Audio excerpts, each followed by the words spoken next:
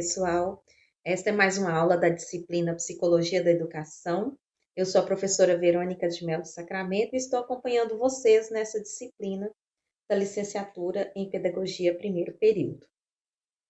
Essa disciplina é mais uma ofertada pelo Instituto Federal do Norte de Minas.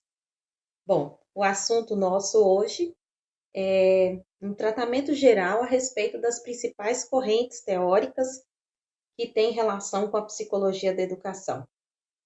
Ao longo dos últimos encontros, vocês tiveram noções sobre a psicologia como um todo e também um pequeno trecho referente à história dessa mesma psicologia.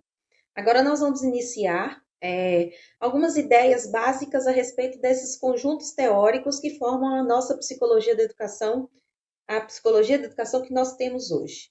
Então, um dos primeiros eixos teóricos foi o chamado behaviorismo. O behaviorismo ele foi primeiramente desenvolvido nos Estados Unidos, a partir do cientista Watson, e mais ou menos em torno da década de 20 até a década de 50, no século 20. E o behaviorismo tinha como uma das principais características a questão de eliminar as questões subjetivistas. E, sendo assim, ele tratava como fundamental importância todos os métodos científicos.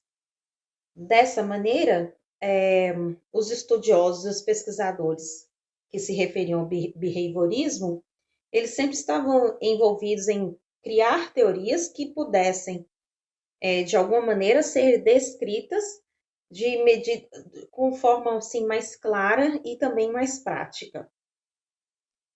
Skinner foi um outro cientista também muito importante para nessa corrente teórica, que também foi considerado como psicologia positivista. Essas ciências positivistas, na verdade, requerem a questão do rigor, né, das questões científicas, do método científico. Daí se tinha que o fato psicológico deve ser passível de ser observado, mensurado e experimentado em laboratório. É possível conhecer, prever e controlar o comportamento humano. Isso já causa um certo incômodo quando a gente lê ou escuta. Mas vamos lá conhecendo outras teorias. Uma outra teoria é chamada Gestalt ou Gestalt. Ela surge na Europa e ela vem justamente contrariando as teorias behavioristas. Na verdade, Gestalt não tem exatamente uma tradução para o nosso português, mas a palavra mais próxima é forma.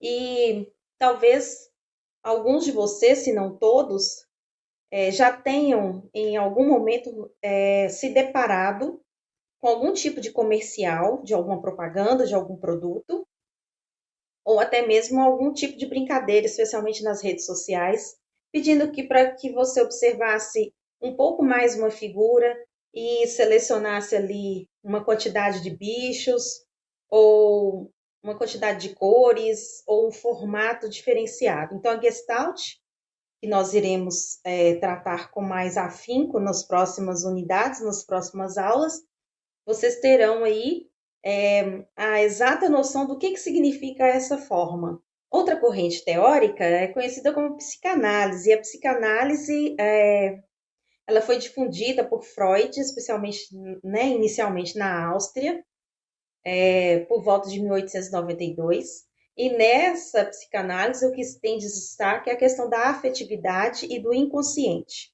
Essa teoria, as teorias relacionadas à psicanálise, elas vão se desdobrando, mas sempre em torno da questão da afetividade e do inconsciente.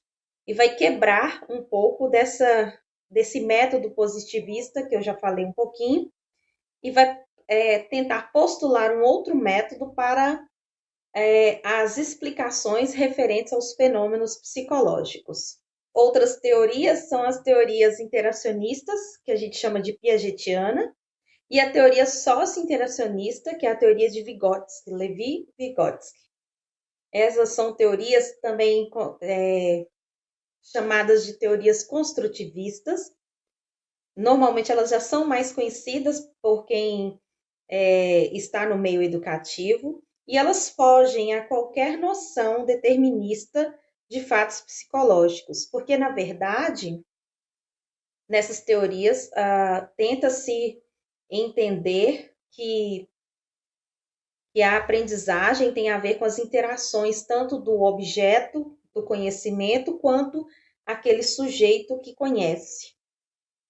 Essas mesmas teorias, né, tem-se que, por exemplo, o foco das obras de Vygotsky enfatizava a dialética entre o indivíduo e a sociedade, o intenso efeito da interação social, da linguagem e da cultura sobre o processo de aprendizagem. A teoria construtivista é, em geral, o processo pelo qual o indivíduo desenvolve sua própria inteligência adaptativa e o seu próprio conhecimento interagindo com o meio. Para finalizar a nossa aula, fica então que as ideias, né, essas teorias que foram rapidamente abordadas aqui, a teoria behaviorista, a Gestalt, a própria psicanálise e as teorias construtivistas de Piaget e de Vygotsky, todas, de alguma maneira, contribuíram para a psicologia da educação que a gente tem hoje. E é comum, ainda que a gente, no meio educativo, a gente se surpreenda reconhecendo essas teorias ao longo de nossas práticas educativas. Muito obrigada pela atenção e até a próxima aula.